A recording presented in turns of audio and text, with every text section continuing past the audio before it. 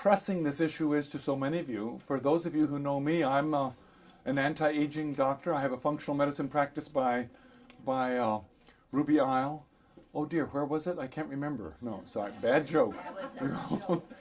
And we did this talk 2 weeks ago, and 2 weeks ago it sold out.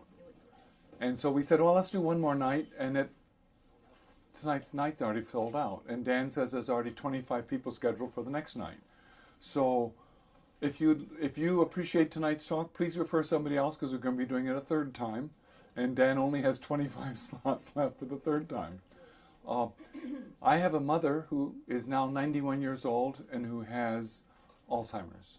And she was doing okay, and I was just in the process of my training program about 8 years ago when we were beginning to be aware that she was in trouble. And we did everything I could then that we thought was going to help stave things off or prevent things. And we think we did a pretty good job for about 5 years, and then my father died. And he was holding her together, and I'm now seeing the horrible ravages of this awful disease. So I got skin in this game along with probably all of you here who have a family member or a friend or relative. So before we start, I just wanted to do a little bit of epidemiology. You are now on Medical Jeopardy 101. If you live to age 85 in America today, what's your chance of getting Alzheimer's? 50%. Did you hear that?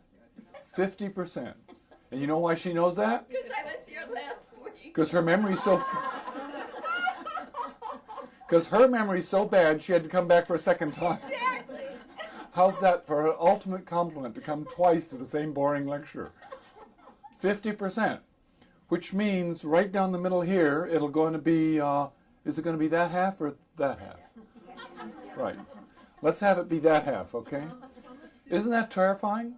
50% of us, if we live long enough.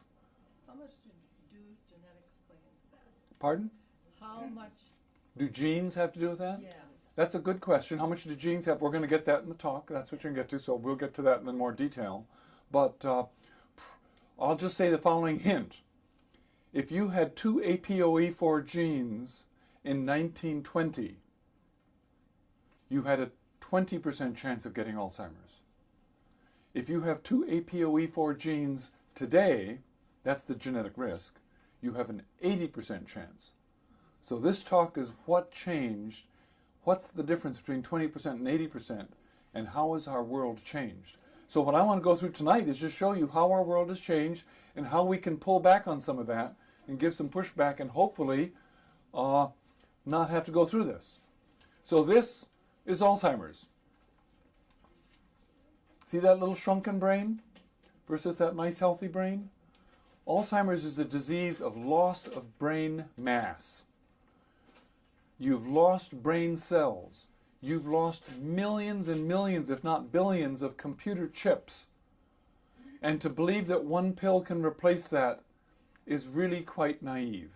So we're saying, wait a minute, I don't get Alzheimer's until I've really lost about 80 to 90% of the neurons that were holding me together, and I'm not going to rebuild those 80, 90% again. So one pill isn't going to do it. So Dr. Bredesen, who is my hero and the person I'm going to give you a lot of feedback about, learn how to spell that name because you can look his name up on the internet, Bredesen, B-R-E-D-E-S-E-N. He's a professor of neurology at UCLA in Los Angeles, and it's basically becoming a leading light in America on an alternative approach to fixing and curing Alzheimer's, and I'm following his approach here. I'm intending to become, I've signed up and intend to become one of his affiliated doctors. I already have 3 of his patients that I'm sharing data with and under collaborative care, and I've got about 50 patients or 50 clients who are doing his program. But about 100% of the people who come and see me, I say, do you want to know this data? And everybody says, you bet.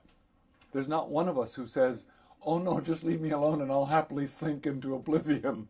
That just isn't an option for any of us because our most precious asset is our brain. So the purpose I want to talk about tonight is a little bit of traditional medicine and also bridging into what's the future going to be. So I'm going to discuss theories, why it occurs, a little bit of background physiology so you understand what's really driving the bus here, and then create a plan to reverse it. But I'm really going to talk about 2/3 of the time, the specific nitty-gritty of Dr. Bredesen's plan on how to step-by-step understand and manage and prevent this wicked thing. Okay, why? Genetics. What's the genetics of Alzheimer's? Well, this is why I put in 100 years ago, if you had two APOE4 genes, you would have about a 20% chance, and now, 100 years later, that 20% has become 80%. So genetics is clearly part of it. But the traditional spiel that I learned in medical school is your brain accumulates this stuff called beta amyloid, because you can see it in plaques. So I'm going to show you pictures. You'll see pictures of it. But what's really emerging now is that there's multiple pathways. And then the dominant one is probably type 3 diabetes. In other words, low-grade insulin resistance accumulated over years, where you have a slightly elevated level of insulin, a slightly elevated level of blood sugar, slight obesity, and as for a bonus prize, after all those years, you get to lose your memory. So type 3 diabetes is what Alzheimer's is now being caused for one of the pathways, and probably the dominant pathway. That's probably the most common pathway into this disease. But what's intriguing and has me totally fascinated right now are the other pathways that are also very real. And how many of you have heard of black mold? Right? Okay, don't look too closely behind your water heater because you might find it in your own house. 1/3 of America's buildings are water damaged. And how many of you have heard of CIRS? Chronic Inflammatory Response Syndrome. That's really what black mold sets off. So chronic inflammatory response syndrome can be set off by other things, and so black mold is a common way of doing that. But so the chronic inflammatory response syndrome, but there's also, how many of you have heard about monosodium glutamate? How many of you try to not eat food with monosodium glutamate? How many of you have gone so far as to look up the hidden names for MSG? Good for you. This is a good audience. Yeah, so when Holly and I did that, we found that there's something like in the order of 50 different names for MSG, and there's many products on the market that proudly say on the prepared foods where you go to the grocery store and they say, no MSG. And then you read the fine print and you find partially hydrogenated vegetable protein. And you say, you son of a gun, you're lying through your teeth. And then you find yeast extract. And then you get really mad because now they got 2 forms of MSG. And after you found the 4th and 5th one, you're ready to put it back on the shelf and say, okay, I'm not taking that home. So MSG has been proven to cause neurological damage in all sorts of animal models. And incidence and increase in Alzheimer's kind of mirrors the increase in MSG in our diet. And so I personally try to not eat MSG. So what artificial sweetener do you cheerfully drink every day that's pretty close to MSG that is called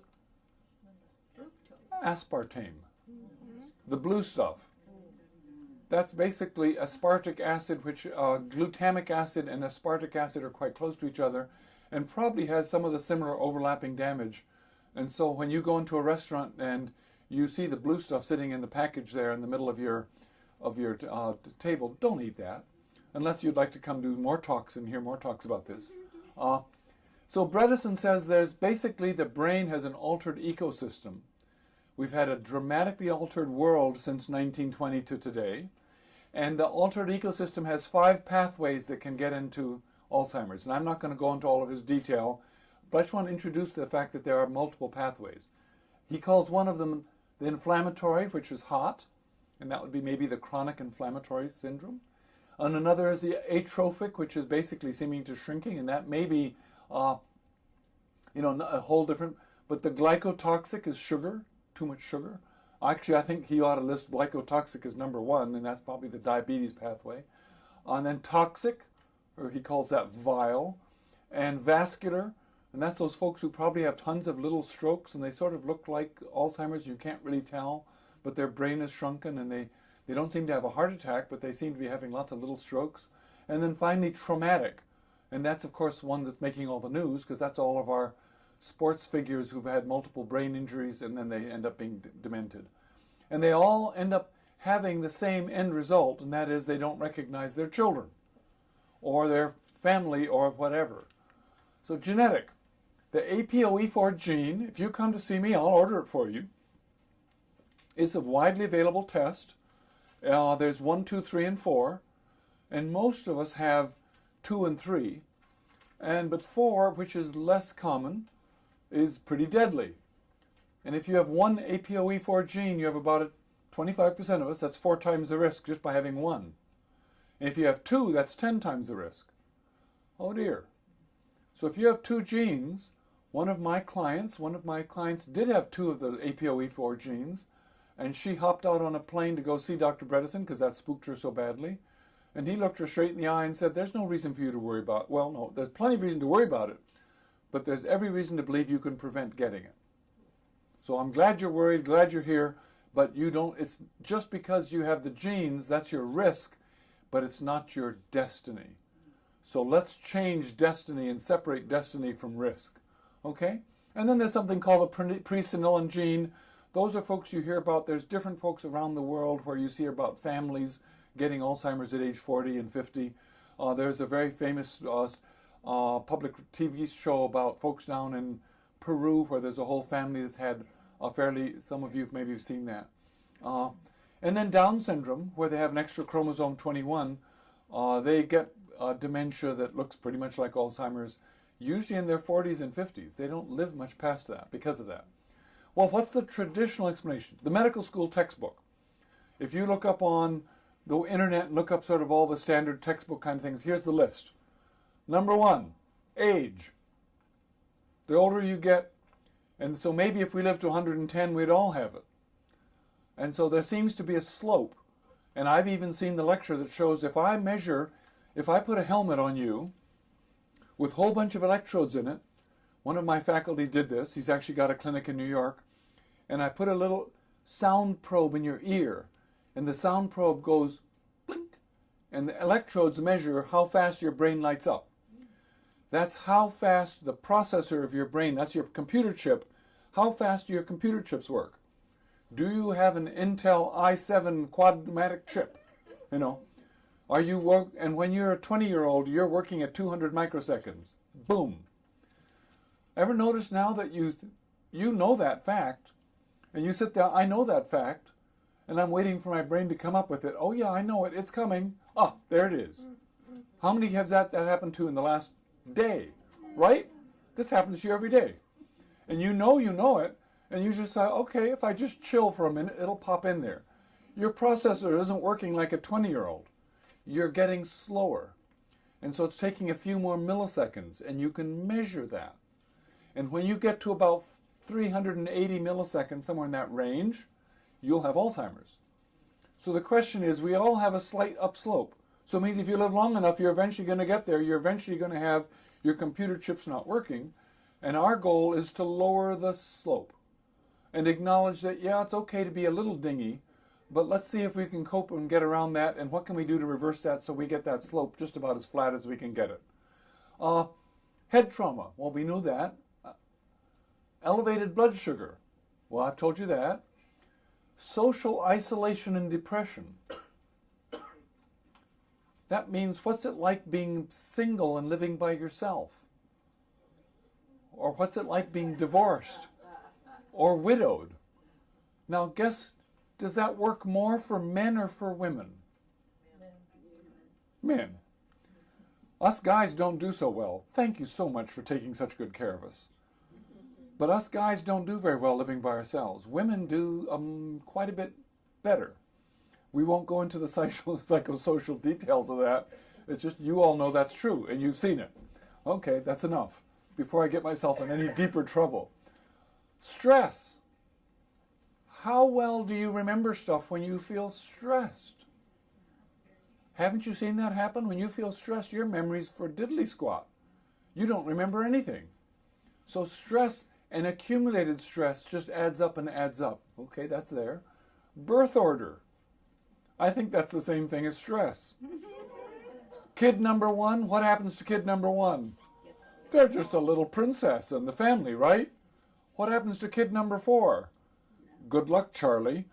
What happens to kid number 11? Oh, did we have 11 kids? Right? And so there's actually been studies that show that the 11th kid is in much higher risk of Alzheimer's than the first kid, just because they don't get the attention. But there's also been the following kind of studies. And this is where the basic science kind of study happens. Do you know that if you take a baby monkey, a baby wild boar, a baby chimpanzee, a baby rat, it's been done on all those animals, and it's all the same thing. And in their childhood, you do three things. The control group that gets all the mommy attention they want and all the food they want. A second group that gets mommy attention but not so much food. They get kind of stressed by not enough food. And the last one that gets food but no mommy. Who's the most stressed? The no mommy. Okay, now wait those animals until they become adults and put them in a straitjacket for 30 minutes. Not a lot of animals like being in straitjackets for 30 minutes. So there's a lot of squawking and yelling and screaming and stress. So that's a high stressor on them. Measure their cortisol response to that stress. And what you see is the holding you did in childhood has a huge impact on you in your adulthood. So the love and attention that you got as a child. So kid number 11, oh yeah, change your own diaper, kiddo. You know, kid number 1 never gets put down. So actually, I was telling this story on a trip. Holly and I took a trip to Egypt a couple of years ago. Actually, quite a few years ago now. It was back when it was still safe to go to Egypt. And we were talking to a geothermal engineer who was on the tour with us, who had just come back from Bali. And he said, you know, the nicest people on this planet live on Bali. He says, I agree with your theory about stress. He said, on Bali, they are the sweetest, most relaxed, mellow, gentle, loving, kind people you've ever met. And he says they have a rule on Bali that no child can touch the ground till they're age 2. And the whole family has to hold that kid. I'm instantly thinking of David in the crib at 15 minutes after birth. You know, I'm thinking, oh dear. Their children never get left down. There's always loving arms holding them. Isn't that interesting? Isn't that interesting? And they come out so mellow and calm, and that's exactly what the animal data show us. So for those of you who are about to be parents and grandparents and great-grandparents and whatever, hold those babies. Hold them in your arms. Give them love and attention. You're investing in their being able to cope when they turn 70 and 80 and 90. So stress is a huge issue as is birth order. How about level of education? Every one of you here is now sitting here getting a master's degree in personal care, aren't you? You're still getting an education. You need to invest in lifelong education because it helps your brain.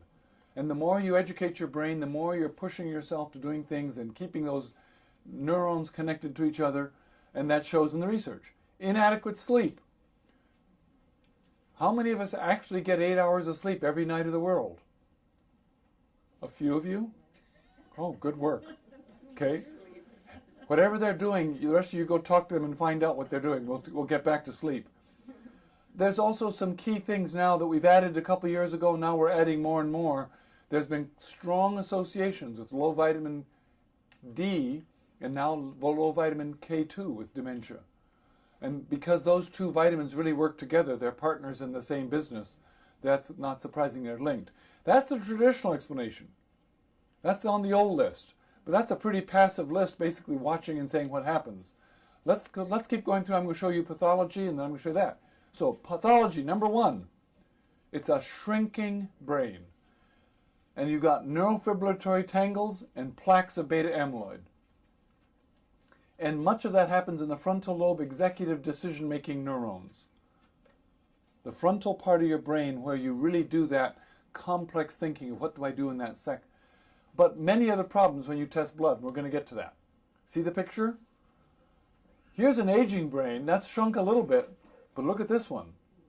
Look, there's some water here, and there's quite a little bit of water there, but look at the water here. But most notably, the human brain has 2 layers. We've got the mammalian brain that has culture and language and all of our cognitive thinking in it. That's the top brain.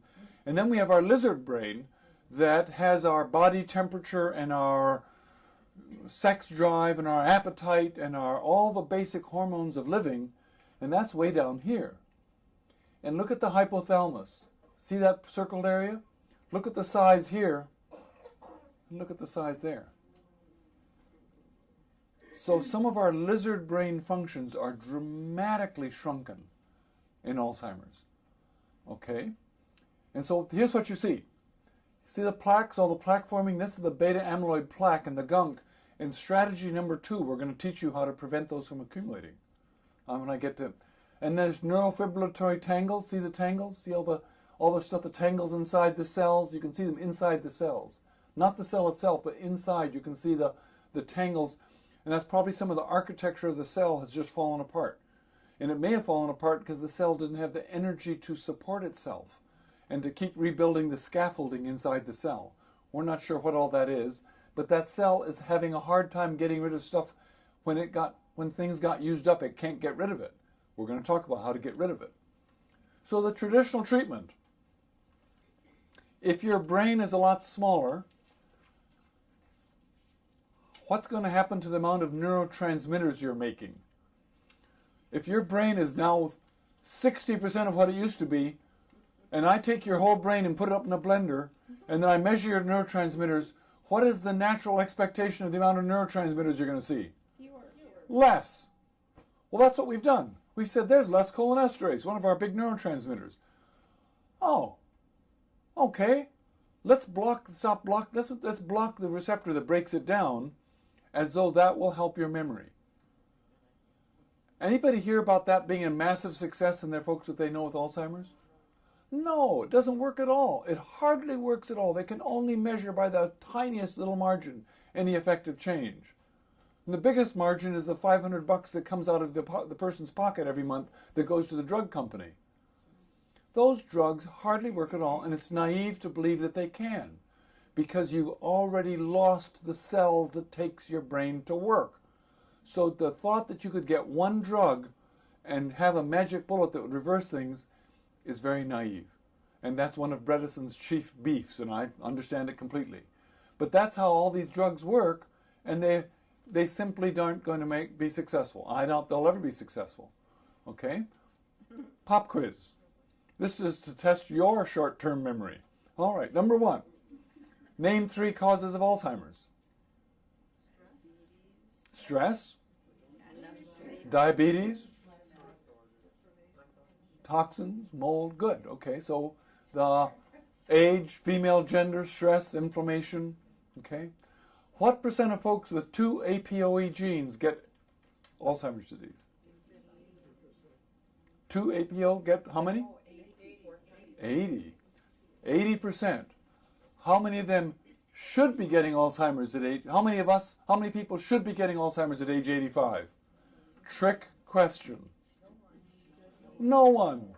Oh, good. Somebody was awake for the first 5 minutes. Thank you. Exactly.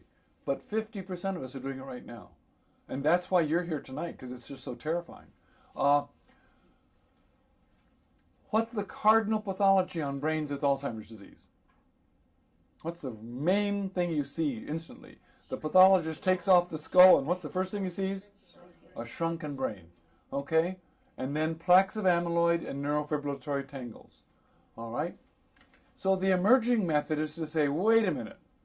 The world has changed in the last 100 years.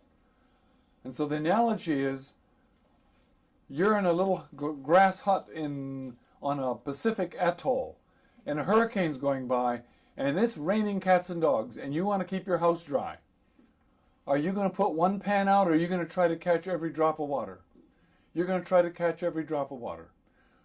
If we've had one change, we've had 50 changes.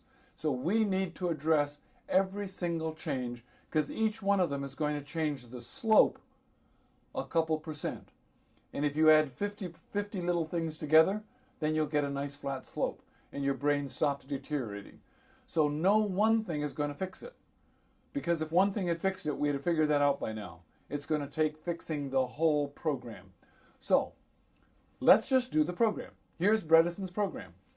I'm going to go one by one and teach you every one of them.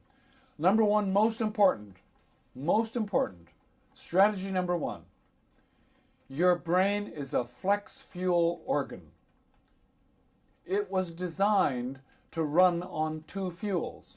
What are those fuels? Fat and carbs.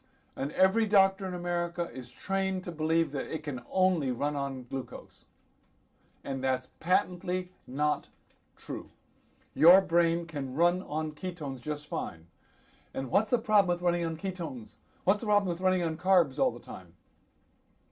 The problem with carbs is long-term elevated insulin in Western civilization leads to the brain to becoming glucose dependent, then resistant, then insulin resistant, and effectively hypoglycemic. I used to be an emergency doctor. Has anybody here ever seen a hypoglycemic attack? Have you seen an Alzheimer's person at 4 o'clock in the afternoon sundowning? Could you tell me the difference between a sundowning Alzheimer's and a hypoglycemic attack? I couldn't. A sundowning, my mother gets horrible at 4 o'clock in the afternoon, some days. And she looks like a hypoglycemic patient. Imagine her brain cells actually are hypoglycemic. And what's happening is, as her blood sugar has a harder and harder time getting into her cells, and her brain cells have only ever run on sugar, they don't know how to run on ketones, and so they don't. And so they simply say, then we're getting out of here, we're checking out, we're dying. And they die in slow pieces. They first can't put together their internal infrastructure, their scaffolding, and they make neurofibrillatory tangles. Then they can't take out the garbage, which is the plaques. And then they finally say, just heck with it, and off they go. Just imagine that being the core pathology. So the premise is that insulin resistance is part of Alzheimer's pathology. The brain can run on ketones just fine. The brain can run on ketones just fine. So how can you help your brain to learn how to run on ketones?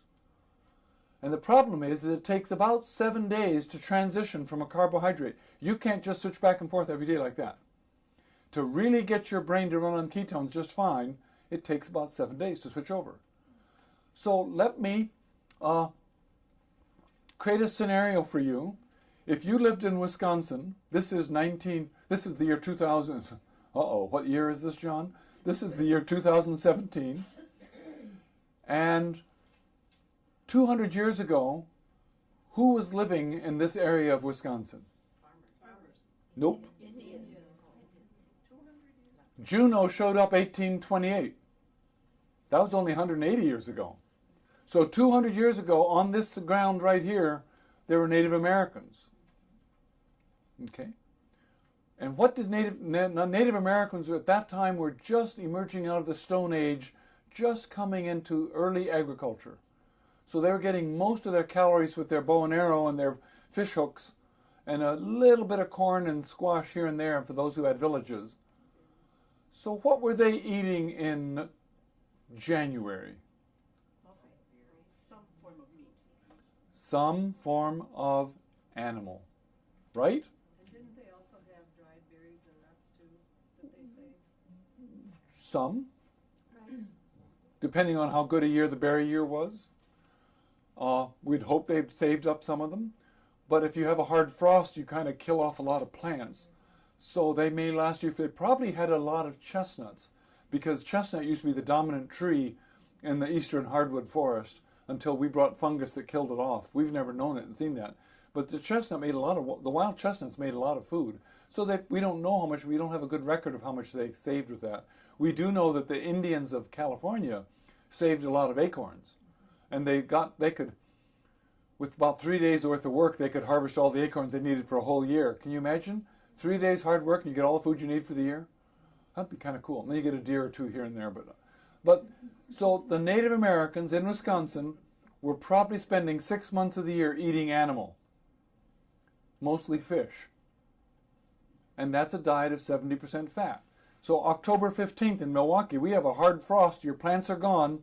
And for the next 6 months, it's forced on you. The next 6 months, eating fat is forced on you whether you like it or not. And you can get a couple chestnuts and a couple berries, maybe dried. Pemmican is cranberries pounded with venison. I think, is it venison you make pemmican from? Yeah. So Ketones, people say, well, what are ketones? And a ketone is basically a piece of fat. So a fat molecule looks like this, 18 carbons long, and as your body chops it up into little pieces, you make these things called ketones. Okay? See that? So as your body digests fat, you make ketones. So eating a diet of fat allows your fat cells to open up and release their own fat, and you then put out ketones. So I'd say type 2 diabetes starts with eating carbs that force you to constantly store fat. And so let me show you the sequence of events that happens with diabetes with fat cells. When you're a skinny teenager and you're all elbows and knees, your fat cells are small and your 186,000 insulin receptors are all quite close to each other. And they need to be close to each other. For insulin to work, you want two receptors right next to each other. Okay? But as you put on weight and get a little bit bigger, your insulin receptors aren't quite so many. And they get further apart. So what happens to your insulin level when that happens? So here your blood sugar is going to be 80 and your insulin level is going to be 5. What's going to happen to your blood sugar here? It's going to be higher. So let's make it 95, I'm guessing. But your insulin is going to be higher than 5. Let's make it 15. What's going to happen here when we get to be middle-aged and we've had 3 kids and we put on 40 baby pounds? Our fat cells are bigger. What's happened to our insulin receptors? They've gotten to be further apart. And as that happens, as your blood sugar goes higher, but your insulin goes higher, but you can't push it in, inside the fat cell, you had a blood sugar of 80. Now you have a blood sugar of 70. What happens here? Now your blood sugar is 110. Because your insulin receptors are so far apart, you can't activate that fat cell to take up sugar. So now your insulin level is 25, but it's still not enough. So what's happened inside the cell? Your blood sugar has gone even lower. Inside the cell, your glucose is even lower. Do you see the sequence that's happening? If that happens to your brain cell, what's happening? You're gradually starving to death inside the brain cell. So that's not quite proven, but there's enough pieces of this in fat cells to make that sequence make sense. And if you can understand those pictures, you realize if I'm overweight and I want to preserve my brain, then I've got to figure out how to lose weight. I've got to figure out how to lose weight. And actually, I don't care if you lose weight or not. I care if you get your metabolic processes normal. So we're going to talk about those metabolic processes. So the rationale for low carb is we get rid of insulin, we reduce inflammation, we reduce blood sugars, but most of all, we force the brain to run on ketones. So it's my belief that everybody should be on a ketogenic diet for part of the year. And if you go to a traditional internist, they'll say you should not be on that fad diet, that's dangerous. You'll ruin your immune system, your kidneys will fail, and blah, blah, blah, blah. That's all nonsense. The ketogenic diet is part of the normal human diet that we have done throughout history. Yes? Can you eat on this kind of diet and be a vegetarian? Can you be on this diet and be a vegetarian? Actually, yes. Do you like olive oil? Do you like coconut oil? Do you like salad?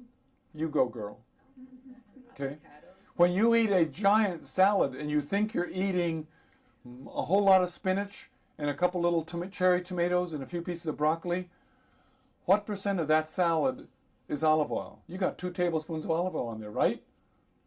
So what percent of your calories are coming from fat in that salad? 80%. Because there ain't that many calories in spinach. So it's really quite a high-fat diet, which is why it's a beautiful diet, which is how you've allowed you to help you control your weight, so you're kind of fond of it, because it works. But what's the glycemic index of salad? Pretty low. Do you know what the glycemic index is? We're going to talk about 1 minute. This is meant to be a lead-in talk. Okay. But meanwhile, fat tastes awfully good. So it doesn't have to be animal fat. It can be vegetarian fat. And I've one website I'm very fond of. If those of you are saying, well, how do I do this?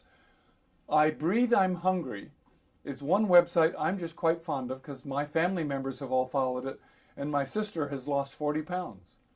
My son-in-law has lost 30 pounds. My brother-in-law has lost like 25 pounds. The whole family's gotten together and figured out all sorts of low-fat recipe or high-fat, low-carb recipes off of that website. So I think she's just a genius in inventing. Yes? Did you say I breathe, I'm hungry? I Breathe, I'm Hungry. Okay, sorry. Isn't that a cute name? Yes. It's a little wacko, but it's kind of like I take a breath, I wake up in the morning, I'm hungry. So, but here's one example of something we've had in the last month.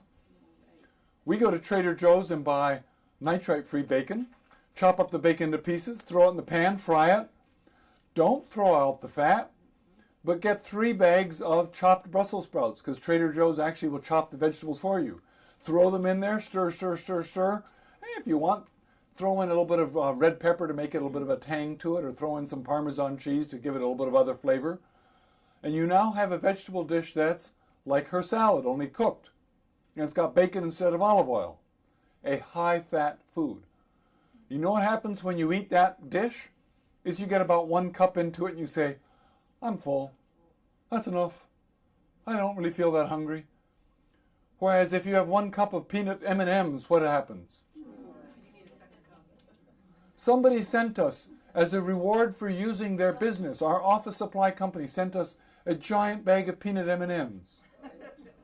And it was 4 o'clock in the afternoon yesterday. So I had 2. And then I had 200. It's like, oh. Because once you start eating sugar, you're a dead duck. Once you start eating sugar, your lizard brain says, you go. You know, right? And I did. Thank goodness it wasn't a bigger bag. I mean, I would have, that's what we all do. But you can imagine many examples of recipes you can make, and I Breathe, I'm Hungry has hundreds of recipes.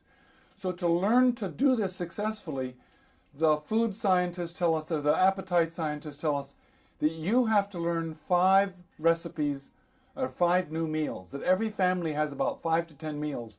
But to do effective change, you've got to have 5 in your pockets you can pick from 5. So once you got 5, then you say, okay, then I can do this, I can do that, I can do this, I can do that. So my wife has actually been very creative. Holly's been very creative at finding, last night she made a vegetarian chili because our daughter came back for a night. And she's a vegetarian.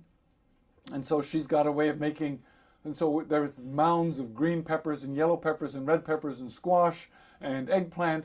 And she fried them all with lots and lots of butter and threw in a bit of tomatoes. And there we had this vegetarian chili that had very few beans in it. Didn't have hardly any beans at all. She had green beans. She had all sorts of other stuff. So it was basically very low glycemic. Encourage autophagy. Oh, yes. Quick question. When it says on there, no bread, no rice, no potatoes, Right. there's a new wheat that's being reintroduced from Europe here.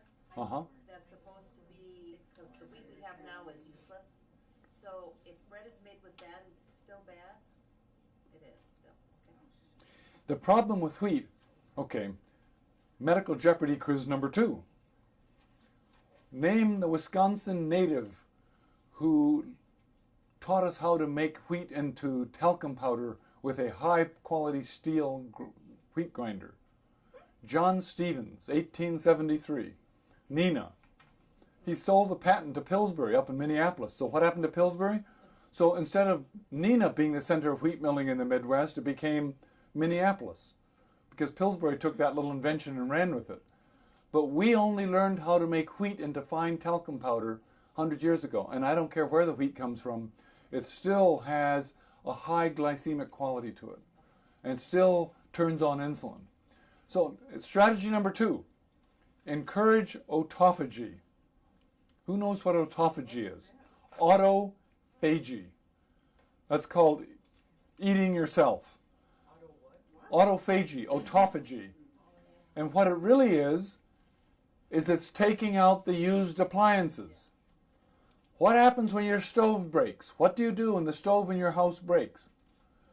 There's no repairman that comes anymore. You take it down and put it by the post box, call the trash people, they come and take it away, right? You get rid of it. Your cells, every cell in your body have organelles that are internal to that cell. that things like Golgi bodies and mitochondria, and those organelles get beat up and old, and you have to get rid of them. You have to dispose of them. And your body has to process them out and get rid of them. It takes energy to do that. But autophagy happens best if you're running on ketones. And what's the best way to do that? Every night, don't eat for 12 hours. So if you eat breakfast at 6:30 in the morning, you can't eat after 6:30 at night. If you eat breakfast at 8 in the morning, you can't eat after 8 at night. But you need to give your brain 12 hours of no food, extra food, so that the last 4 or 5 hours are switching over to a little bit of ketones. A little bit. It's not a full switch over because it really takes 7 days to get a full switch. And that's been shown to encourage the process of getting rid of gunk. And when you do that, getting rid of gunk includes getting rid of beta amyloid. And beta amyloid doesn't accumulate as much. So 12 hours no food every night, that includes the popcorn you watch at the movie every night. No, you can't have popcorn. And many of us have gotten so used to snacking multiple times a day that this is one of the hardest things to do. Okay? So, action plan, every night, 12 hours of food. The added benefit is it burns out glycogen, forces your brain to run on ketones. Actually, a better option is once a week have a 400-calorie day. Have a fasting day. Once a week, have a fasting day. And just say, I'm going to have 400. A fasting day counts when you get just 400 calories of protein. Get 2 chocolate shakes. Atkins makes a good chocolate shake with very few carbs in it. That's basically 200 calories of protein. And you have that for breakfast and have one for supper and nothing else that whole day. You actually don't feel, it's surprising how unhungry you feel.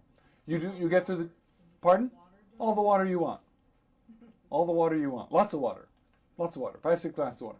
Doing that 1 day a week turns on growth hormone, but it also remarkably, and it's quite interesting how powerfully it turns on growth hormone. I do have I have a client in my practice who actually eats every other day. Wow. Every other day. He has the best lab tests of anybody in my whole practice. He has the highest growth hormone, the highest testosterone, he's as skinny as a rail, and he says, I eat the worst food. He says, you don't want to know what I eat. He says, you'd be embarrassed. He says, I eat anything I want on my days I'm eating. And he looks like a skinny little rail. He says, it takes you about a week to get used to it. He said, he said, you should try it. You'd feel great. He says, I get more work done on the days when I'm not eating because my brain is just running like a top on that day. So for those of you who are truly dedicated, try every other day. So here's the autophagic pathways. This is just off the internet. We've got a picture of them. We're not going to go into all that detail. But you can actually show in rats, with and without fasting, you can show they clear stuff much more easily. Their brains get rid of gunk much quicker. And I won't go into all that detail. But pop quiz. What are ketones? Pieces of fat. Right. Just break down. That means you're burning fat. You're running on fat. All right. What's the best way to get ketones every day? Eat fat. Eat fat. Or don't eat for 12 hours every night. You got to get your...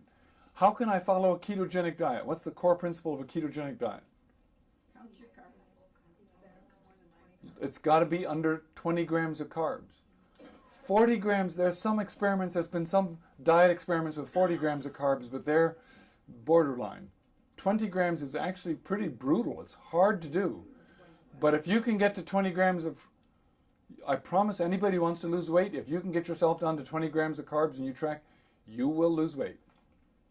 Unless you eat too much protein. If you eat too much protein, you turn extra protein into carbs, it turns on insulin. Something happens with too much protein. So many people think, well, I've got to have some protein because that's my... They open up a can of tuna and eat a can of tuna. There's no fat in tuna. And so you get all this protein and that turns on insulin and you don't lose weight when you turn on insulin. So you only want to have a 0.5 gram of protein per kilo ideal body weight. So if you're a 5'4" woman, ideal body weight's about 70 kilos, and that means you only need 35 grams of protein a day. So a ketogenic diet is emphatically not a high protein diet. It is a high fat diet. Yes. Is that true about tuna, even if you eat it packed in olive oil? Oh, if you eat it packed in olive oil, it's going to have more oil in it. But the meat tuna itself is pretty high protein. Yeah. So the answer is, you have to buy full fat mayonnaise to mix with it. And boy, that tastes yummy. If I must. And put a little slab of butter on it. You know what the best? Do you know what the best way to make salmon in the whole wide world is? You know how salmon gets a little dry if you roast it, if you grill it too long? It gets a little flaky and too dry. Take a tablespoon of butter and a tablespoon of full fat mayo and mix them together. Slather it over the top of the salmon. Looks totally gross, this white kind of sticky stuff. When you put on the heat, it melts into the salmon, and you will never eat salmon any other way again. It makes it the most moist, tender, delicious flavor. Trust me, try it. You'll send me a note saying thank you. But it's also adding to the fat in the salmon. Good move. If you eat a steak, put a pat of butter on top of the steak. Better yet, if you eat a steak, buy the meat with a rim of fat on it. So the original, do you know the original weight loss diet doctor's name in America? The original ketogenic doctor that Atkins copied? No. His name was called Donaldson. And Donaldson was in New York City. And his diet, if you look up Donaldson's diet, he said he treated 17,000 patients over 25 years in New York City and had a 100% success rate. And his diet was very simple. Breakfast, 6-ounce porterhouse steak with the fat on it. Lunch, 6-ounce porterhouse steak with the fat on it.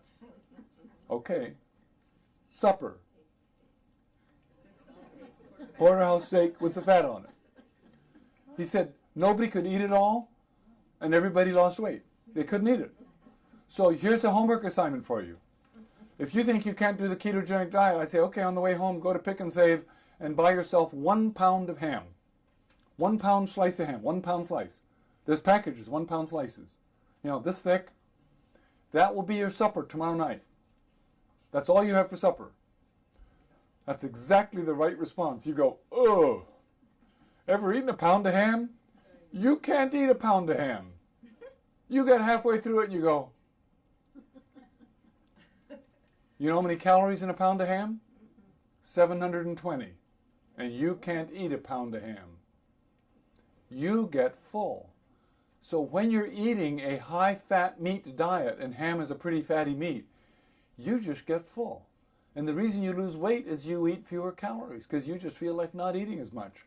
And so when you're eating fewer calories, your fat cells open up, and you get ketones flooding into your blood, and your brain says, thank you, I'm running on ketones, that's wonderful for me. So you can lose weight and nourish your brain all at the same time. Okay. High fat, 20 grams of carbs, 70% fat. What is autophagy or autophagy? Cleaning out the gunk. Cleaning out gunk. That's the best. Cells cleaning up used appliances. Best way to induce autophagy is? Eating 12 hours. Got it? Reduce stress. Like, I'm never hungry till 11 or 12. That's okay. Fine by me. My body is Go for ready it. Okay. Go for it. Reduce stress. Is there anybody here who's does mindfulness practice or meditation? Oh, good for you. What a great crowd. This is so important. It's number 3 on the list. We don't know how to measure stress very easily, and so we sort of tend to ignore it. But it is so important. It's number 3 on the list. Every single day, find a way to chill. And actually, that's not easy work. It's brain work. Sitting down and meditating. When I was in medical school, I had a very charismatic classmate, Chris Clark. And he was so charismatic that 50% of our classmates at Yale Medical School in my grade were meditating by the time we graduated. And that's just because Chris was such a cool person. And we'd all meet in little groups of 4 and 5. And after I did it for 5 or 6 months, I realized I hadn't had a headache for the last 4 months. My headaches all went away. I've been meditating for 40 years, and I believe that I'm a relatively creative person because I meditate. I'll give the credit to that. And I think I handle stress pretty well and I'm pretty resourceful because I meditate. But the meditation practice came first. And it wasn't until I'd done it for a couple of years that I realized how powerful it is and how much it adds up. So I'd encourage any one of you who are doing it, please stick with it. If you can find a way of building it into your day, the way I build it in is, I was here 20 minutes early tonight. I sat in the Sendex parking lot and did a 10-minute little meditation. Just chill. Okay? You can build it in lots of times. There's lots of times a day where you got 10 minutes and you turn on the TV and watch TV news. Okay. Multiple methods. So 10 minutes, how many times a day, or what's the... Oh, if I have 20 minutes, I'll do 20. Tonight I only had 10. Once a day? The ideal is twice a day. The transcendental meditators will say 20 minutes twice a day. That's what got rid of my headaches. That got rid of my headaches. So if you can do it twice a day, God bless you. You know, but once a day works, and 10 minutes is better than no minutes. Because I can feel my brain slipping into it. I can feel myself slipping into it very quickly. I haven't had a headache for 40 years. I think I've given a few, but I haven't had them. Okay. Make sure you get enough sleep. Make sure you have community and connectedness. Make sure you have a friend you love to be with. Make sure you have somebody you're taking care of and who's taking care of you, that you can smile at, that you can look at, that you can make connect, the kind of person you want to call on the phone. Develop those friendships. Take care of your friends. Build up your friends. Take care of your brother and your sister and your family members, because the most precious assets of all are your family. Make that connectedness happen. But structured meditation right now, the best method is probably called mindfulness, and there are some wonderful teachers, and if everyone wants to connect me, I'll connect you with there's a couple teachers that now intentionally teach you mindfulness practices.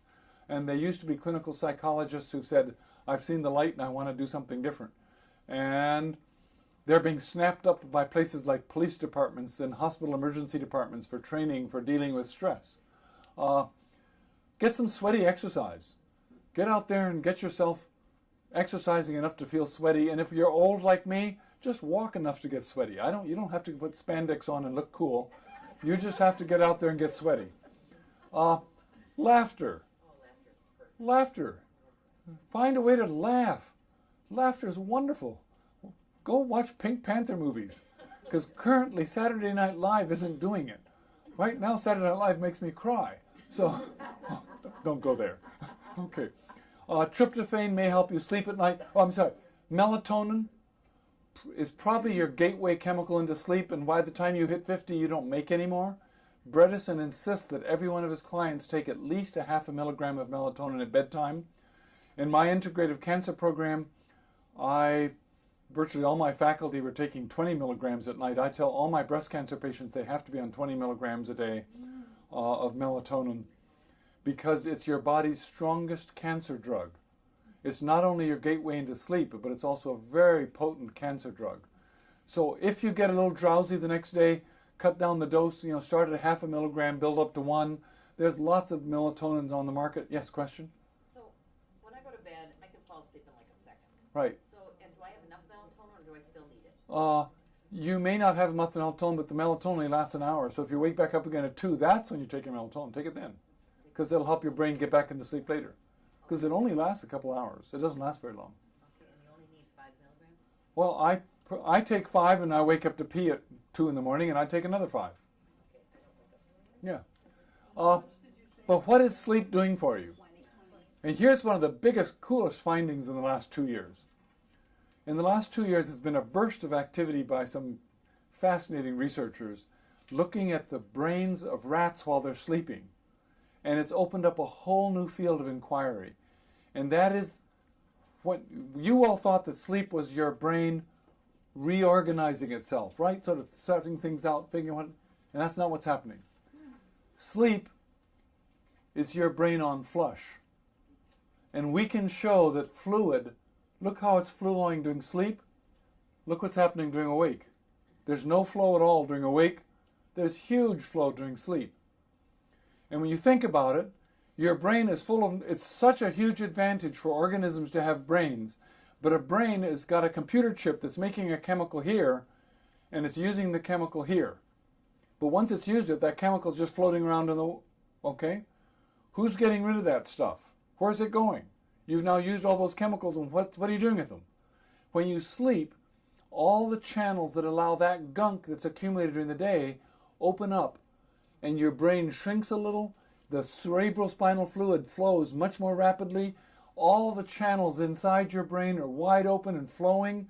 Many of your neurons shrink like 30% because they're basically like a sponge. They're going through a giant squeeze. Let's just squeeze it. You know how you squeeze out the kitchen sponge? Sleep is your brain on flush. And you know when you get a good night's sleep and wake up and say, oh, I feel so good? Doesn't that feel like a really good flush? Doesn't it? So now we know that that's why sleep is so important. You're flushing out gunk. So have you ever thought about what happens to animals that's in the ocean? What does a whale do? A whale has to breathe every 30 seconds. How do they sleep? Do you know what they do? They sleep with half their brain at a time. This half sleeps, then that half sleeps. So they've had to learn how to adapt so that they can get their brain fully accommodated. Okay, because it's so important to sleep. Every creature that has a brain has to sleep. And the problem with sleeping is what happens when you're sleeping? You get eaten. Sleep is dangerous. So it's kind of a risky thing to fall asleep. Especially if you're in the ocean where they've got killer whales or other creatures that are great whites and other such things. Okay, melatonin. It's our gateway into sleep. It naturally declines with aging, more so in Alzheimer's patients. It induces restful sleep, but it helps break up amyloid. Something about melatonin is helping to break up amyloid. So whether it's helping you get a restful sleep, whether melatonin is the on switch to your sleeping or to the blood vessels opening up and saying, okay, now's the time to flush, melatonin may be the flush handle on your toilet or on your brain. Okay? So, exercise. Notice this is high up on the list. Exercise is crucial for brain health.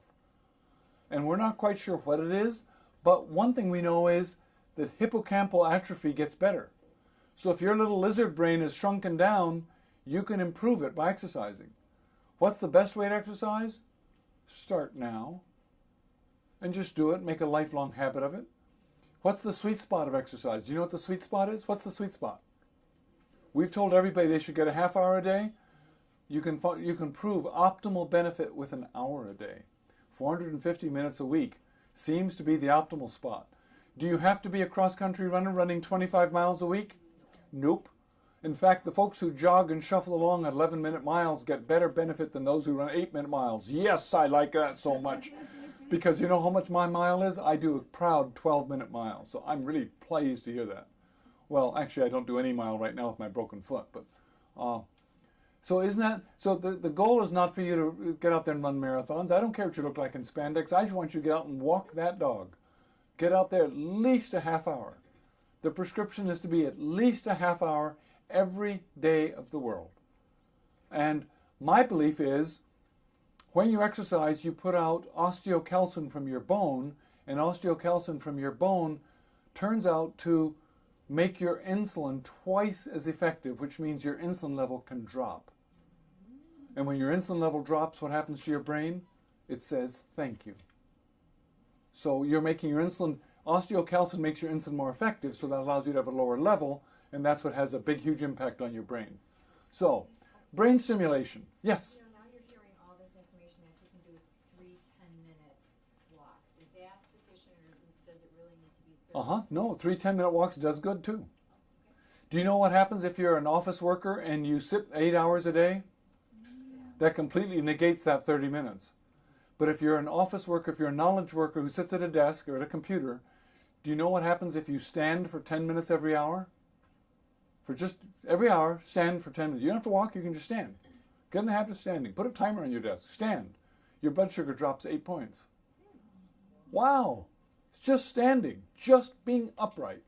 But our natural human inclination is to plant butt on chair. And then once we're down for 8 hours. And that's a lethal thing to do. So if you can get in the habit of saying, every hour I got to stand. I don't care what it takes, I got to just be up and upright and just stand. Brain stimulation. There's all sorts of fascinating stuff about brain stimulation. Anybody do anything online with that? Do you do the stuff online? I have a center here in Brookfield that basically makes their living. They make their living teaching 8th graders with bad attitudes about homework how to do homework better. But they've now launched onto a training program of brain training. And one of my clients who was worried about having Alzheimer's went to them for 6 months to get trained on brain training. And what they showed me and showed him was if you go to the gym and pump iron and push iron, your muscles get bigger, right? How long does it last? Only while you're doing it. If you go to the learning center and do practice on brain training for concentration, short-term memory, you know how long it lasts? Forever. This is cool. Now, you'll spend about $5,000 doing that, but there's now... So imagine being one-on-one with a coach, and imagine me showing you, if you see a P, put a circle around it. If you see an R, put a square around it. If you see a Q, put a triangle around it. If you see an S, put an X through it. And now I put a line of P, Q, S, Q, P, P, P, S, Q, P, Q, R, P, Q, Q, S. And I'm saying, okay, you've got, go for it. Go down that line and circle, circle, square, square, square, triangle, circle, square, triangle, circle, circle, circle, square, square. How fast can you do it? How many mistakes did you make? See how fast you do, see how many mistakes. That kind of thinking. Imagine doing that kind of exercise for an hour every week with a coach.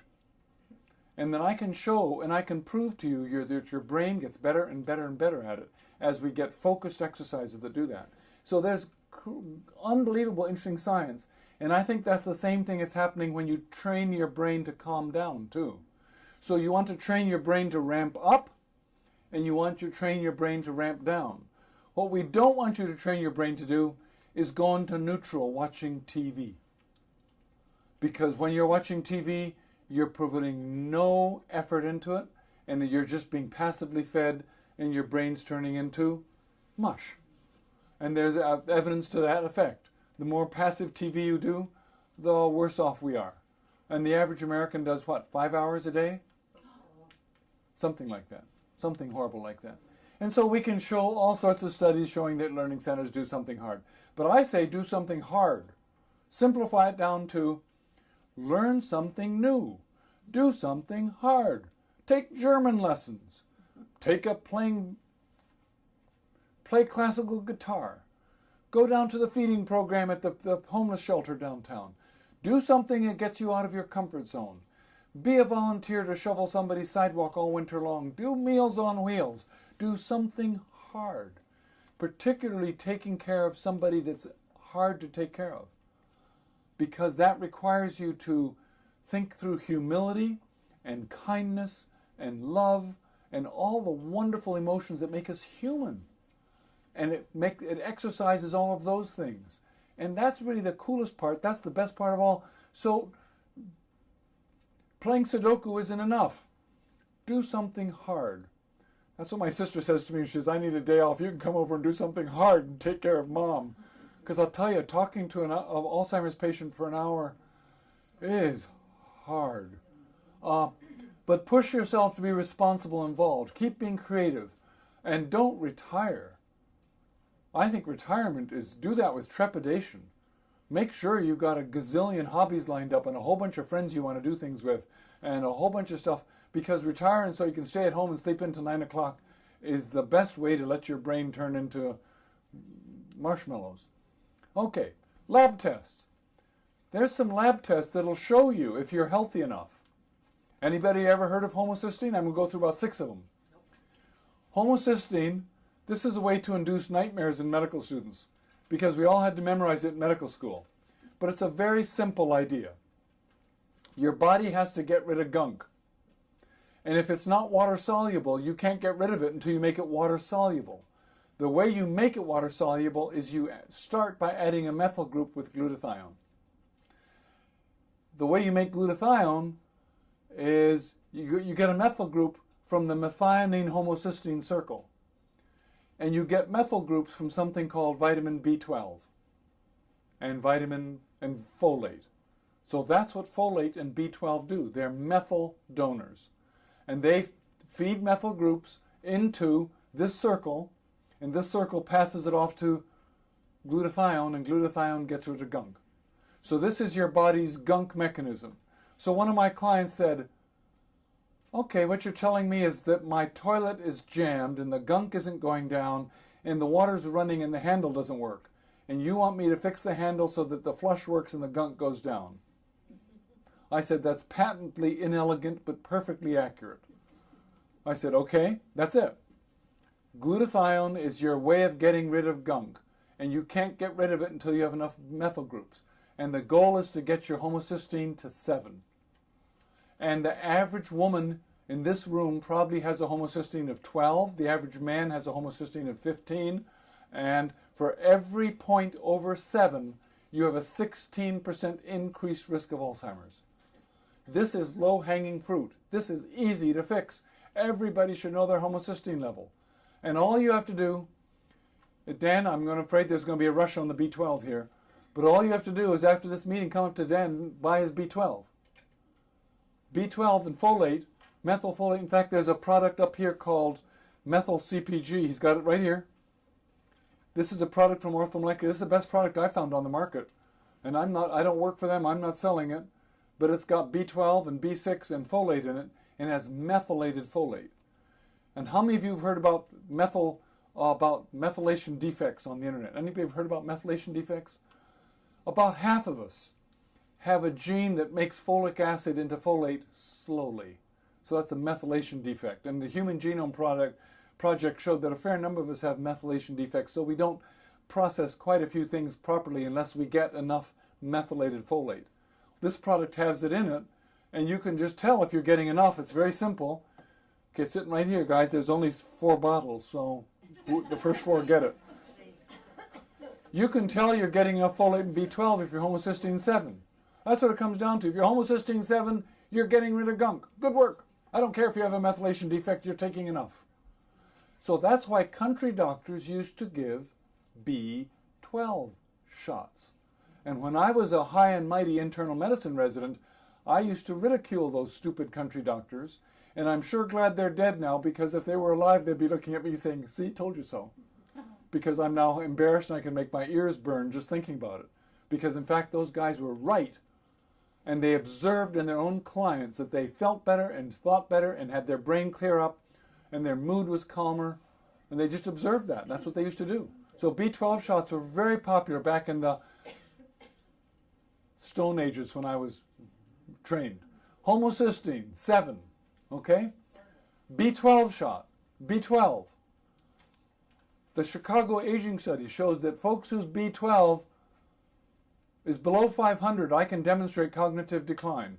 This morning I saw 2 new patients in their 40s. Both of them had B12s in the 400s. Their lab test said that's normal. Their doctors had told them that's normal. And I said, well, do you mind having cognitive decline? At which point they sat up straight and said, absolutely not. And the tricky thing with B12 is that it's a massive protein. Look how big this vitamin is. That's the molecule. And folate is about this big. So your body can chop this up and digest all sorts of pieces in it. And so we make a protein called intrinsic factor in our stomach that wraps around B12 and protects it from digestion. At age 50, you don't make any intrinsic factor. And so you may be eating enough B12, but you just don't get it into you. And if you're a vegetarian, there is no B12 in vegetables. B12 comes only from animal. So that's the only problem with being a vegetarian. So every now and then, take a B12 under your tongue. So the way around that is take B12 under your tongue. You can take it because that way it doesn't have to go to your stomach and you don't have to worry about it. But everybody should know their B12, and I want you to have a B12 of 500. That's easy. Yes? Mine got super high. Your what? It got really high. So what? Is that terrible for you? No penalty. There is no such thing as bad B12.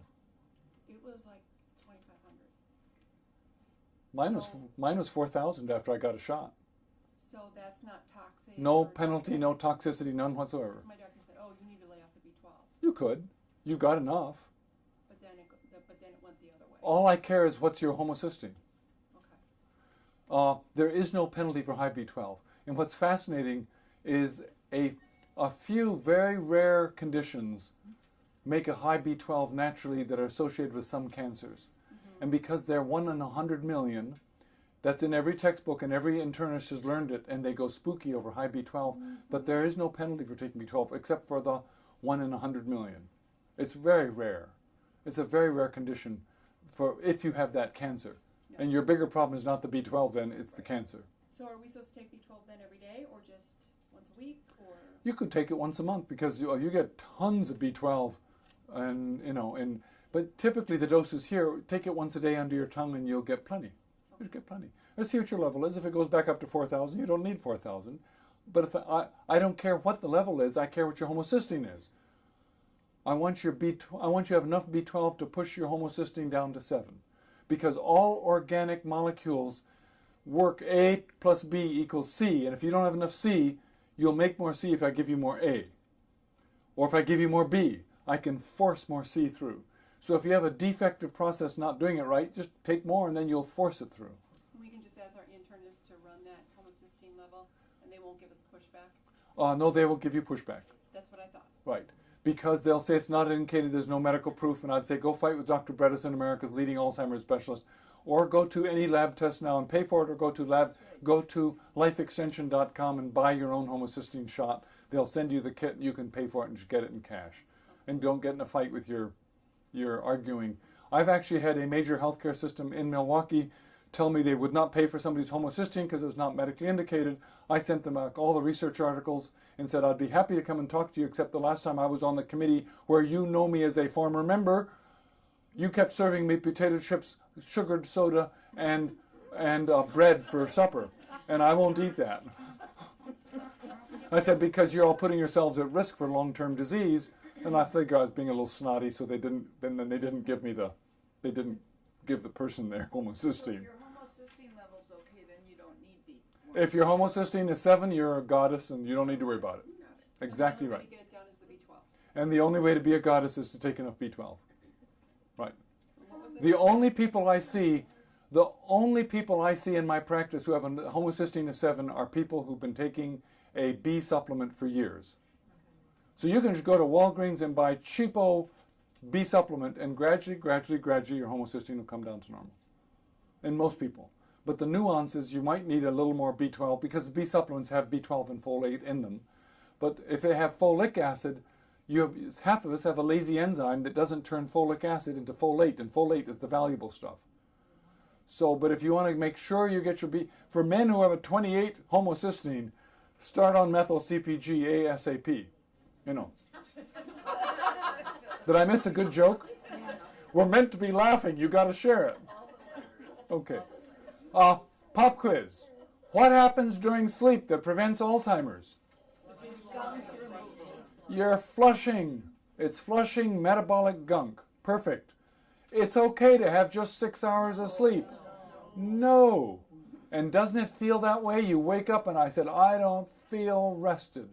Okay. Melatonin helps reduce risk for Alzheimer's disease. Yes. The battery's getting weak. Here we go. For each 1 milligram increase in homocysteine, my Alzheimer's risk goes up 16%.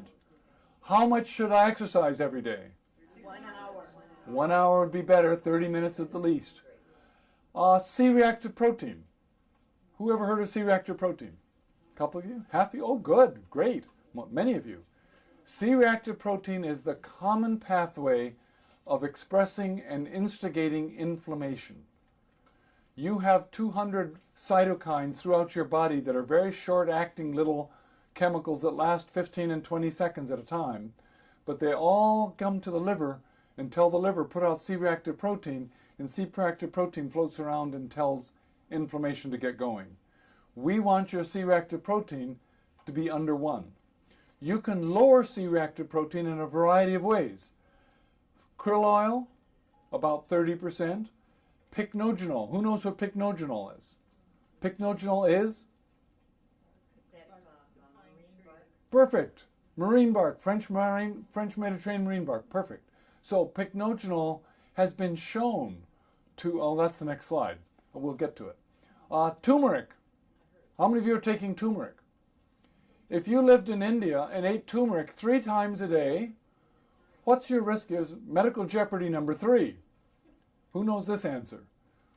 If you lived in India where they eat turmeric breakfast, lunch, and dinner in every part of India, you're getting a ton of turmeric, which binds C-reactive protein and inactivates C-reactive protein. Do you know what your risk reduction for Alzheimer's is? 80%. Isn't that incredible? Yes. I have some study in Ayurveda, and I went online and read this Ayurvedic doctor's discussion of how people are taking it. If it isn't in the right combination of foods, it does not work. You're correct. So raw turmeric is almost not absorbed at all. Right. So anybody who's taking the yellow stuff in a supplement pill is just basically keeping some farmer happy, but you're not really getting much turmeric effect.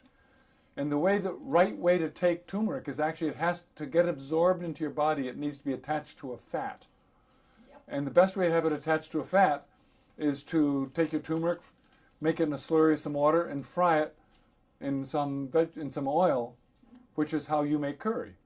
Every Indian, when they make curry, they start by putting some fat in the pan, throwing a couple onions and garlic, and then throwing in the turmeric and the curry powder.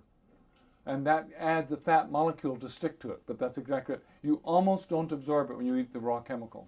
It's at least 40-fold increased absorption.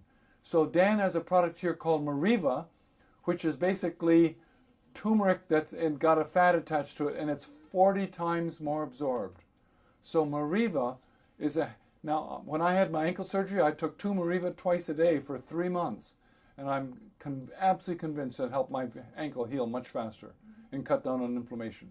Yet, What about that Pyramid or curcumin with a CO95? Is it? many of those preparations are just the raw turmeric, and so they aren't very well absorbed.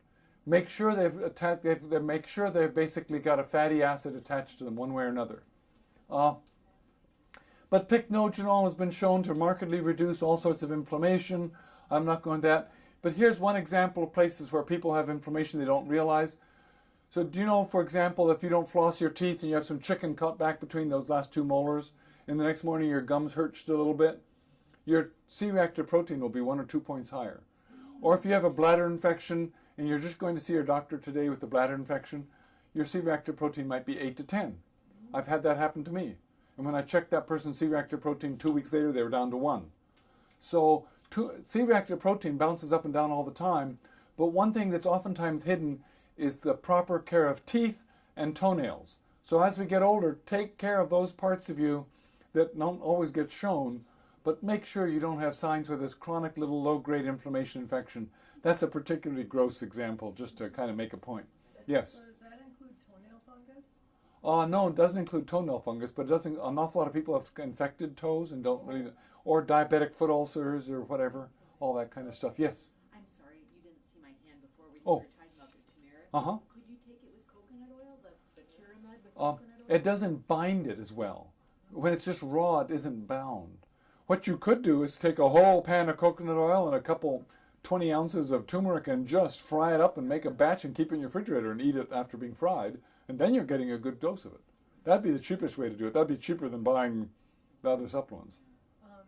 A typical way that they describe taking it the Indian way is with warm milk and ghee, and I don't remember the exact proportions or anything, but I'm pretty sure you can find those online. You probably can find ways of getting it, but the best way is to get an oil. You just want to get an oil attached to it, and unfortunately the chemical reaction probably takes a little more than just warm. It probably takes heat, which is why frying gets the heat in it. And what about black pepper with turmeric? Black pepper increases its absorption measurably dramatically. So they always say it should be, any turmeric supplement should have 10% pepperine in it. And so that's part of the picture. And C-reactive protein, we know the physiology exactly. We know that C-reactive protein binds NF-kappa B and doesn't let it get activated. And NF-kappa B is the protein inside the cell that actuates inflammation. So if you keep it from being actuated, it doesn't work. And what I think is totally fascinating is as the Indian diaspora has spread all around the world, they've taken curry with them. But when they get to Singapore, they discover that Chinese food doesn't taste so bad.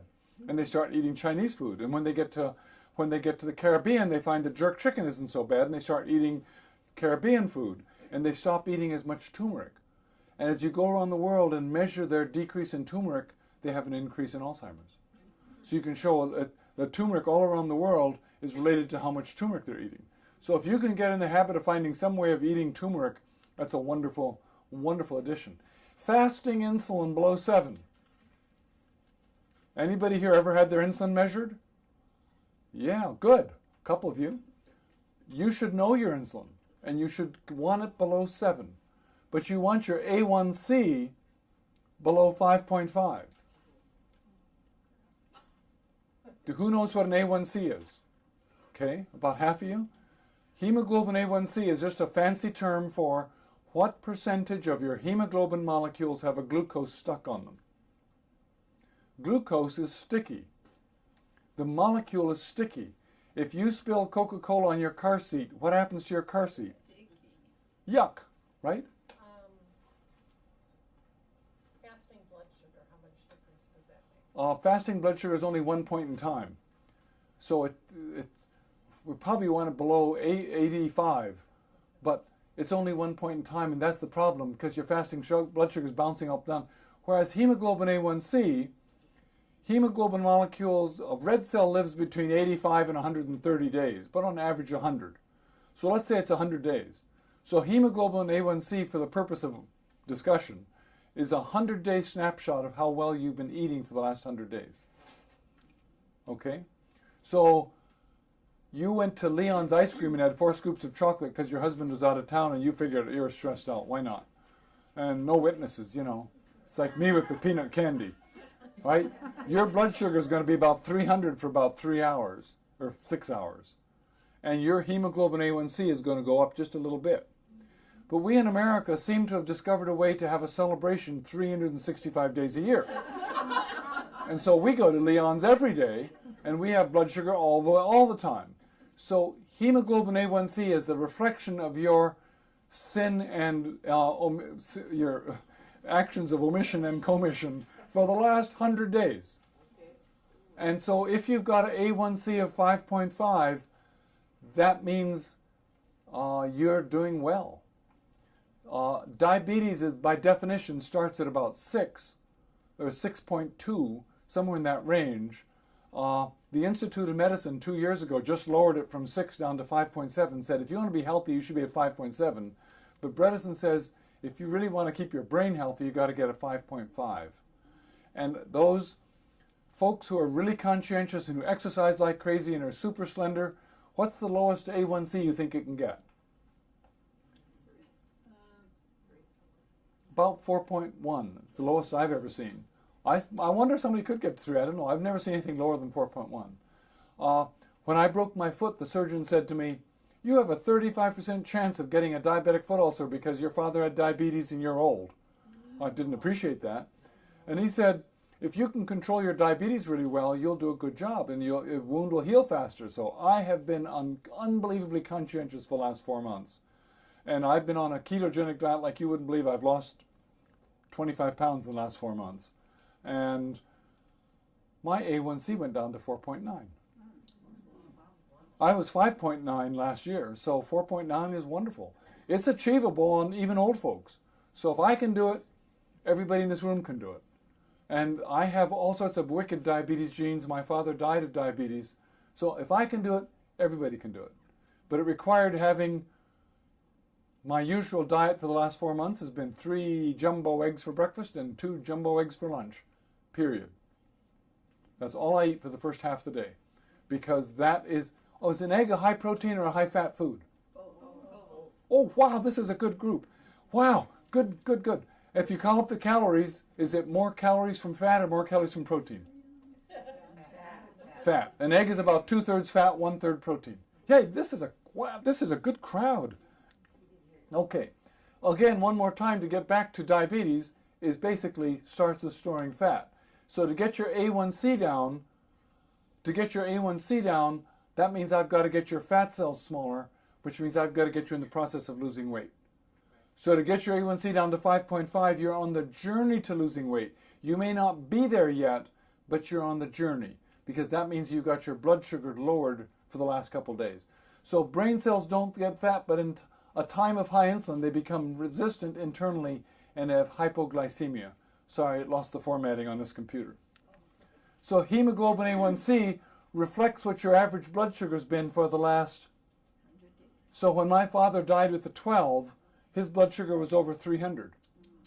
When I got myself down to 4.9, I had an average blood sugar in the mid-90s. That's cool. So 4.1 is really even better, but I'm not sure you need to. All we know is 5.5 correlates with your brain being pretty healthy. Hormone balance. There's pretty good evidence that men and women need to have their hormones balanced. There's pretty good evidence that from the time of menopause until you're 85 years old, the length of time you're on estrogen correlates with your survival and not getting Alzheimer's when you're 85. And it seems like the female brain has about 30 years of resilience to it. So if you go through menopause at age 50, you get Alzheimer's when you're 80. But guess what happens when you go through menopause in your 20s? Guess what happens to your brain in your 50s? You see dementia in your 50s. So you see women who go through very, very early menopause at brain risk down the road. And the problem is we spent 30 years figuring out that Premarin, horse estrogen, is a wicked poison. And we've had this halo effect thinking that all estrogen, it's not. Human estrogen is good for your brain. And women should have, so I'd show an example here. Here's human estrogen, look at this. Here's Premarin. That's patently not the same molecule. And we've been confusing these two, and the pharmaceutical industry has been trying to nurture that confusion so you won't figure out that this costs 2 pennies a month and this costs $100 a month. They want you spending the $100. This is what's good for your brain. And this is what's wicked. Can you see that? Pardon me. So even if you've had breast cancer, estrogen's okay? There's actually unbelievably good proof that women who are not on estrogen have higher estrogen in their milk ducts when they go through menopause. And that actually being on estrogen, there are now 7 randomized studies around the world that show that women who have had localized breast cancer have less recurrence when put on estrogen. So it's better to be on estrogen than not, but it has to be human estrogen. I have taken an integrative cancer course. You need to get to a blood level. It needs to be done by testing in blood. And Dan has kits here that can do ZRT kits. I have them in my practice. You can get a ZRT kit and figure it out. Yes? So what you're saying is bioidentical hormones. It has to be bioidentical hormones. Right. They do that here. And they do it here. Well, at least they make them here. The doctor has to prescribe them. Yes? So, if you've had estrogen-positive cancer, how does adding more estrogen to the mix? You come to the next talk when I do on estrogen. It's the whole nuance comes down to what's the estrogen level in your milk duct. And when a woman is menopausal and her blood level is 0.5, her breast cells turn on and try to make estrogen, and inside her milk duct it goes to 50. So when she gets bioidentical estrogen, inside the milk duct it goes back down to 0.5. So she lowers her estrogen in the milk duct by being on estrogen. But every woman here who's over menopausal age and isn't on bioidentical estrogen has a level of 50 in their milk ducts right now, which means the risk of estrogen of breast cancer accelerates dramatically after age 50. And that's what you see. The highest rate of breast cancer is in your 60s and 70s. And that's because your milk ducts that's on breast cancer. This is on Alzheimer's. I want to preserve your brain, and the female human needs a healthy level of estrogen to preserve her brain. The human male needs a healthy level of testosterone to preserve his brain. For every 50% increase in free, or 10 nanomole increase in free testosterone, a 26% reduction risk in men.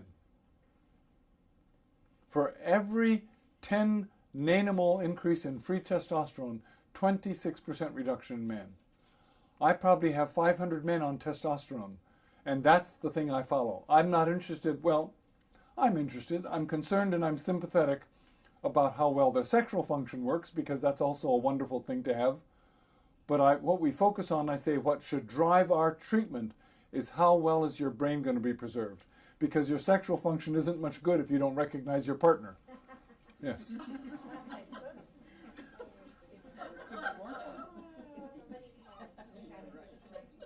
Pardon? If someone has had a hysterectomy and Yes. lost the estrogen and is showing signs of dementia, is there any way to regain it by giving the individual? Oh yeah, talk to every woman who's got, I've got brain fog, and she gets on estrogen, she says, oh my God, I've lost my dementia. Tons of women will tell you their brain fog looks like a curtain when they get on estrogen. Tons of women will tell you that. Dan hears that all day long when he's here. People come in saying, oh, the best thing about it is I just feel like a curtain lifted. I can think again. And, Even with Alzheimer's? well, by the time you've had Alzheimer's, it's getting a little late. Remember, by the time you got to Alzheimer's, one thing is never going to fix you. The way to prevent Alzheimer's is to be on estrogen now while your thinking is crystal sharp. Well, at least so-so. Okay. Okay. Did I do a good joke over here that I missed on? No. Okay, I'm not going there. We're not doing that. Okay. Free testosterone risk. Here's the paper published about men. Thyroid hormone. Same thing. We want your thyroid hormone in actually quite a close range. Many places say you should have a thyroid hormone, a TSH, between 0.2 and 5.0. And Bredesen says absolutely not. You should have a TSH range between 1 and 2.1. There should be a very tight range, in that, because over 2.1 and under 1 has increasing Alzheimer's. So we should have thyroid closely regulated. Can you say that again? Because I have Graves' disease and we. I want your TSH, which is your thyroid stimulating hormone, Right, to be aware. which comes from your brain, should be between 1 and 2.1. Okay, because mine is low. So, I mean, it might be 1 and 2.1. Right. You want it between 1 and 2.1 because there's evidence that below 1 is problematic and above 2.1 is problematic. And the tricky thing is it requires folks with Hashimoto's. 9% of American women have Hashimoto's. Their thyroid is doing this all the time. And so every 3 months they've got a different prescription, which is a little bit of crazy making. So that's a entertaining effort. But thyroid hormone is important to figure out about thyroid hormone. It turns out that deiodinasing and making free T3 requires adequate selenium. So if you're going to be on thyroid hormone, we really want you on selenium. Pregnenolone. Anybody here taking pregnenolone? Good. Oh, wonderful. Pregnenolone is the entry hormone into the cholesterol pathway, and it's called the hormone of memory. 15 milligrams helps. You should have it measured. I'm having a hard time finding a lab in Milwaukee that can do it right. So I haven't been doing it. I'm still looking for a place that'll do a good job for me. But I'm trying to, given short of that, 15 milligrams of pregnenolone is probably a good dose to start on. But we should be measuring pregnenolone and getting it work. Gut health. There's an increasing awareness that when you have an inflamed gut, you have an inflamed brain. And if you have a damaged gut, if you have SIBO or small bowel, small intestine bacterial overgrowth, or any kind of, you're going to have trouble with your brain. And so the best way to fix out, actually this is a whole lecture all by itself, but one of the precipitating causes of leaky gut that's beginning to be aware of what leaky gut is wheat. Well, I don't want you eating wheat anyways because it's too high glycemic.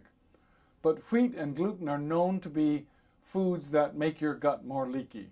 So if you can stop having leaky gut, there's actually good tests for leaky gut now. I now have a company that gives me a breath test, and I can have you drink some sugar and for 3 hours measure how much methane you're putting out on a breath test, and we can get a pretty accurate measure of SIBO. And there are means of, in fact, Dan wants me to do a talk here in a couple months on gut health and brain health. So we're putting that together. So stay tuned. This was published in Scientific American about 6 years ago by Dr. Fasano, showing that gluten unzips the tight junctions in your gut, and then big proteins leak in and your immune system goes ballistic. And when your immune system goes ballistic, it attacks your brain or your gut, or inflammation gets your brain upset. And so you feel weird. And so what you find is that an awful lot of people with SIBO, something like 60% of people with anxiety have SIBO, have small bowel bacterial overgrowth or gut inflammation. 40% of people with panic attacks. I mean, there's huge relationships between mental health, what we call mental health issues, and actually gut health. So if you clean up the gut, you clean up your brain. Well, long term, I don't want you walking around with a goofy gut. Figure out your gut and get it solved. And that's one of the things we do in functional medicine is we do those tests that help folks figure out what's going on with their gut. Pop quiz. For each 10% increase in free testosterone, Alzheimer's disease in men drops how percent? 26%. Is that cool or what? Probiotics have no effect on brain health. False. Just by themselves, probiotics have been shown to help brain health. C-reactive protein is a measure of inflammation and should be below what? 1. Insulin level should be below what? 5.5. 7. Hemoglobin A1C reflects glucose control for 50 days and should be below 6. 5.5 and 100 days. Okay, trick question. Just seeing if you're awake. Reduced amyloid beta. The rest of these are pretty simple. I'll go through these. Reduced amyloid beta. This is where curcumin comes in. And we've already talked about the nuance of how you have to take it with fat. But we also know melatonin helps get rid of it. Sleep helps get rid of it. Ashwagandha reverses it in mice brains. And ashwagandha is known to be a sort of a calming herb or an adaptogenic herb. It's been around for thousands of years. So you can help get rid of amyloid beta with those. Enhanced cognition. We now know you can actually show that this herb called Bacopa monnieri helps, but so does red cell magnesium. Do you know what percent of you have a normal red cell magnesium? 0. None of us have normal magnesium because we don't get enough magnesium in our diet. If you aren't taking magnesium, that's probably one of the number one minerals you should be on besides zinc. But get your red cell magnesium level and aim for a level of 6. You on a level of 6. Your level's probably 4.2. Because that's what I get back all the time. Or 3.7 or 4.5. I have never seen a person walk in with 6 who wasn't taking a supplement. Magnesium threonate seems to be the one that penetrates your brain the best. The MIT has a patent on that because they thought it was so cool and they apparently got a patent for it. And so Dan has magnesium threonate somewhere here on his shelf. I saw it last time I was here. But magnesium threonate is widely available now. It's getting known out there. That's easy. Vitamin D. Do you want to take red magnesium and magnesium? No, you usually take something. You need to take some magnesium. I don't care what form it's in. Your red cell magnesium is going to go up if you take magnesium threonate too. Okay. Vitamin D. We want you about 50. We want a blood level of about 50. It correlates quite well with Alzheimer's, and we want you. The tricky thing is if you start taking vitamin D today with a new dose, you know how long it takes to get to a new level of homeostasis? A year. Most of the studies I've seen on vitamin D that say it doesn't work much are 6 months, 9 months, a year. I say, well, wait a minute, you didn't even actualize yet. So if you want to get on a new dose, if your level's low, you have to take a loading dose to get started. And for every 100,000 units, a 100,000 unit loading dose will raise your blood level 14 nanograms. So the woman I saw today who has level was 20, and I want her to be 50, what did I tell her to do? Her level's 20. I said take 100,000 units today. That's 20 pills of 5,000. And take another 100,000 tomorrow. So if she took it today, she'd be 34 tomorrow. And she takes another 100,000 and she'll be 48 day after, and she'll be at 50,000. Otherwise, it'll be a year before she gets to 50. Okay? So we want a level of 50. That seems to correlate the most. If you took 5,000 or 3,500 units a day, you would get to a level of 50 over the course of about a year and a half. It'd take you about a year and a half to get there. Because you have to kind of fill up your tank. Isn't it so that if the vitamin D level is higher, it has more positive influence on the immune system? I'm not sure that's true, and there's some controversy about it. What I do know is the following. I publish an email every week, and 4 months ago I found a study that showed the following. two groups of 10,000 women. 10,000 women with vitamin D level of 20, 10,000 women with a vitamin D level of 50. Both groups followed for 10 years.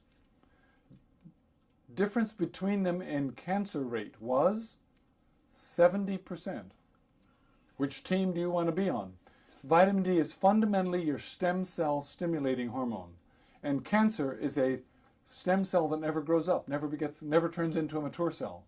So if you can turn, vitamin D can turn into a mature cell, one thing a mature cell does is it lives out its life and goes through natural cell death and dies. Cancer cells never die. They become eternal. And there's some concern from some studies that there's a sort of a U-shaped curve with vitamin D, and that some cancer rates start going back up again over 50. Okay. So that's lots of controversy. I'm deep into vitamin D, but I've jumped off that plank a couple times and gone too far. So yes. Yeah, but I heard that 20,000 a week is max and 15 is for sure safe. They were still deciding who was right about that. So if you're taking, say you do 5 a day, then maybe quit it or do every other day. That's what I'm doing. I'm doing 5 every other day. Yeah, it's probably good enough. I just measure a level. Because there are some people, there's a guy down in Brazil who's giving patients much, much higher levels of vitamin D with multiple sclerosis. He's giving them 50,000 units a day. And he has people coming from all over the world to see his results because he's having some pretty interesting results. So she may be right. There may be something to higher levels. And in America, we've been quite cautious about it, but other parts of the world have been a little more adventuresome. There's nothing toxic with years and years of any accumulation of a sort of thing? Or is it Well, all there's mixed up and no big deal? what Or we is it think like happened. 20 years straight? We think some people thought, what the conjecture and the thought is that some people thought immune disease are actually vitamin D resistant. And you have to take much higher levels to get an effect inside the cell. That's the theory. I'm waiting for it to be proven, and I'd love to hear about this guy in Brazil doing a little better.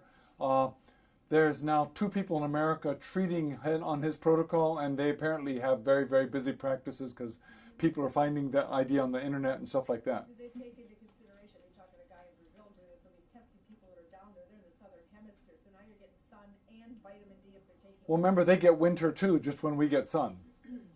Yeah. My doctor told me that she had a family come in and she tested them all for vitamin D, and they'd been living in Arizona with lots of sun, and they were deficient. There's just as much deficiency in Costa Rica as there is in America. So she thinks there's something happening environmentally or with the sun or something. It's called clothes and indoor living. It's Well, maybe close, but it's too hot in Arizona to go out in midday sun. but this was after, not. Yeah, there's actually there's just as much deficiency in almost every state in America, except for the high altitude ones where folks live at high altitude, which is like Colorado. Those lucky guys. Increased nerve growth factor. Lion's mane mushroom. Works like a charm, but so does acetyl-L-carnitine. Okay? How am I doing on time? I'm going to be done in a couple minutes.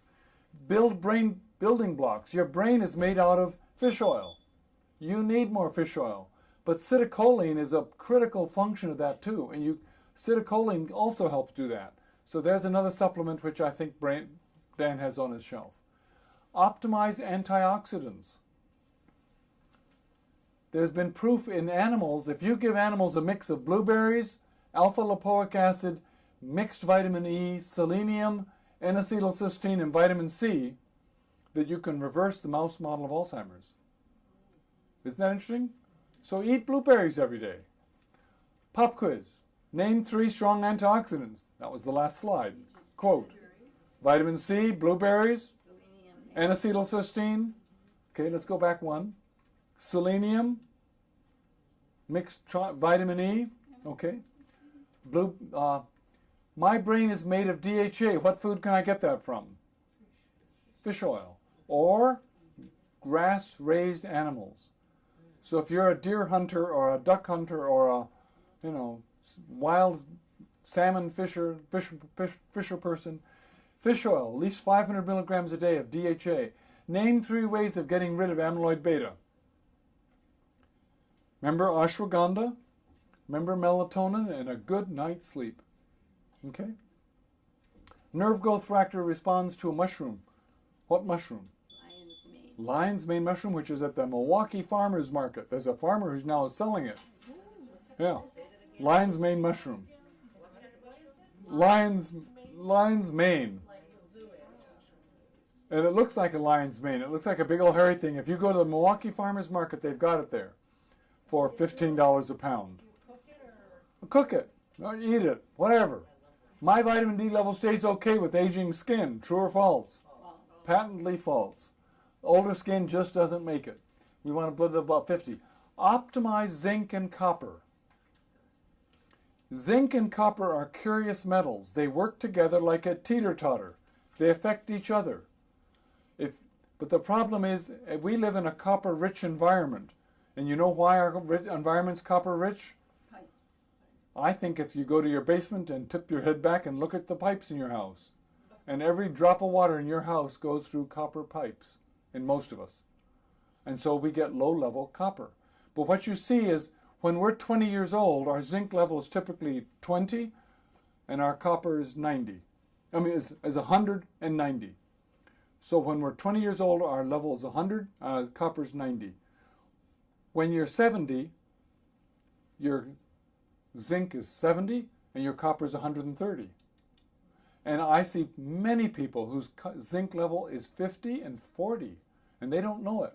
Zinc is the most abundant mineral in your brain, more so than magnesium. And if you aren't monitoring that, this is Bredesen's contribution. He says there's a unique pathway to Alzheimer's that goes through zinc and copper. And he says, I don't know if it's part of the others, but he says we need to figure that out. He took 100 patients with cognitive decline and in a randomized placebo-controlled trial just gave them zinc, and he stopped the decline. Well, if he could stop the decline, that's, remember, lowering the slope. Everything to lower the slope. So you should have your zinc and copper measured. And guess what your internist will say to you if you say, would you measure my zinc and copper? No, yeah, no, they'll Right. say no. Right, right. But what So- numbers are we looking for? You're trying to get your zinc a little higher than your copper and somewhere in the range of 100. And so one of my clients once upon a time was Wisconsin's, who is currently one of Wisconsin's bodybuilding champions in his 80s. And when he was in his 40s, he was a bodybuilding guy, that kind of guy that shaves his chest and, puts olive oil on his chest and does this for the camera. But he wouldn't take testosterone. All the rest of the guys at the gym were taking testosterone. And he wanted to be pure. So he took zinc. And being a guy, he says, I thought if a little zinc was good, a lot of zinc was better.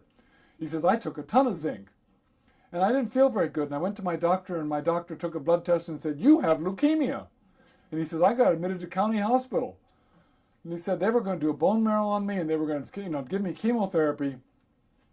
And fortunately, a medical student found out I was a bodybuilder and found out I was taking a lot of zinc and went to the library and read about it and asked the attending doctor, could we measure his copper level?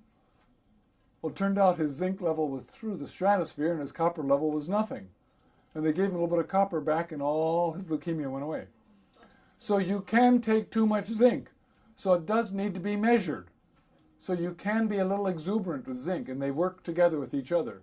Don't take too much zinc, but you should probably have it measured once a year.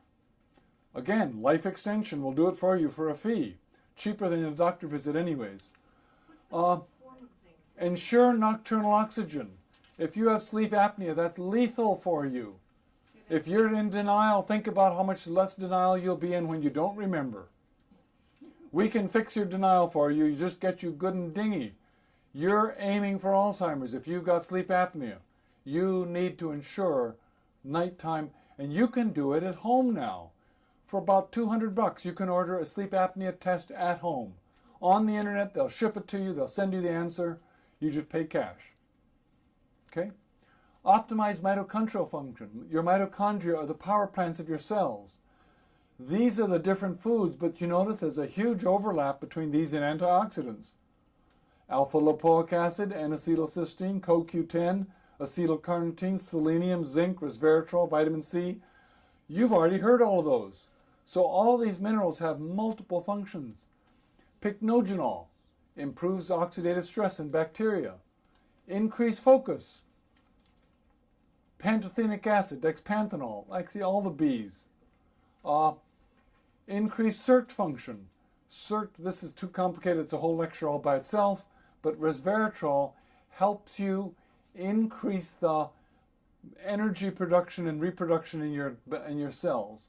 So it allows your brain cells to be more energy efficient. Get rid of heavy metals. There are 3 of us in this room who have heavy metal from either mercury, lead, or arsenic. And you may not have any symptoms, but if we don't go looking, we won't find it. And that requires doing a provoked challenge to find it. The company called Doctors Data, I think, does the best sample. Here's a person whose level is quite high. Every day, have a little bit of coconut oil. Force your brain to run on coconut oil.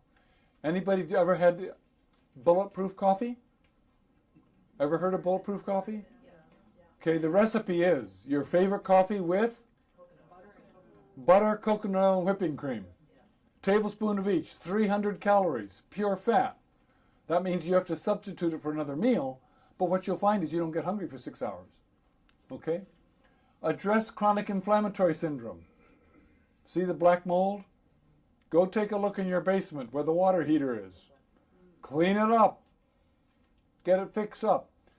And if you really want aggressive therapy, part of Bredesen therapy is he's now advocating that people have vitamin C once a week and have lipid exchange therapy. And we've started doing lipid exchange therapy, phosphatidylcholine lipid exchange at our clinic.